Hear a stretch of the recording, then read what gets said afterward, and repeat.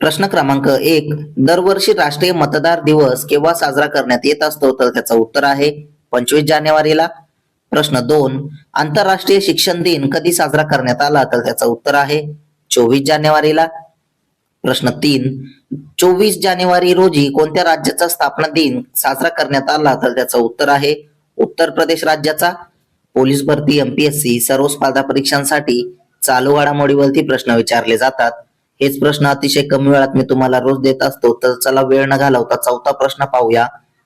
पहिल्या पूर्णपणे एआय नियंत्रित स्मार्ट पॉवर ग्रिडचे उद्घाटन कुठे झाले? तर त्याचं उत्तर आहे लखनौ इथे. प्रश्न 5. जगातील सर्वात मोठा आंतरराष्ट्रीय नाट्य महोत्सव कोणत्या देशात आयोजित केला जाणार आहे? तर त्याचं उत्तर आहे आपल्या भारत देशामध्ये. प्रश्न 6. 27 ते 30 जानेवारी दरम्यान चौथा भारत ऊर्जा सप्ताह कुठे आयोजित केला जाईल? तर त्याचं उत्तर आहे गोवा इथे. प्रश्न 7 पाहूया. अलीकडेच ई-इपिक 2.0 पोर्टल कोणी सुरू केले आहे? तर त्याचं उत्तर आहे भारत निवडणूक आयोगाने. प्रश्न 8. दरवर्षी राष्ट्रीय पर्यटन दिवस केव्हा साजरा करण्यात येत असतो? तर त्याचं उत्तर आहे 25 जानेवारीला. प्रश्न 9. ग्रंथ कुटीरचे उद्घाटन अलीकडेच कोणी केले आहे? तर त्याचं उत्तर आहे द्रौपदी मुर्मू यांनी. प्रश्न 10 पाहूया.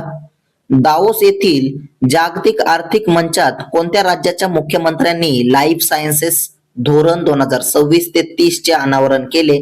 तर त्याचं उत्तर आहे तेलंगणा राज्याचे. प्रश्न 11.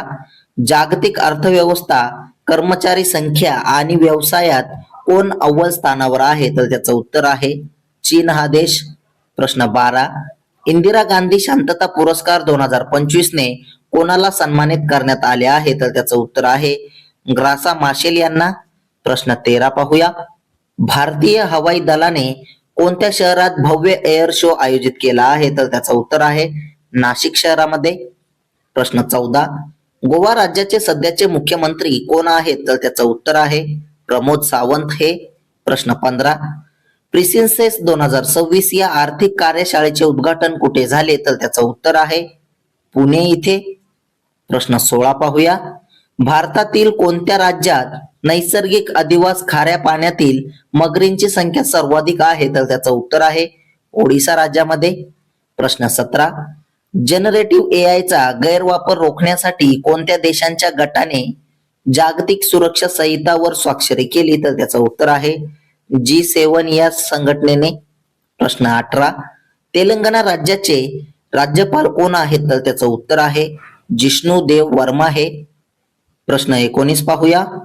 कोणत्या राज्य सरकारने सेमोन्झी इलाकिया विरुदु शास्त्रीय भाषा साहित्य पुरस्कार हा वार्षिक साहित्य पुरस्कार सुरू केला आहे? तर त्याचं उत्तर आहे तामिळनाडू राज्य सरकारने.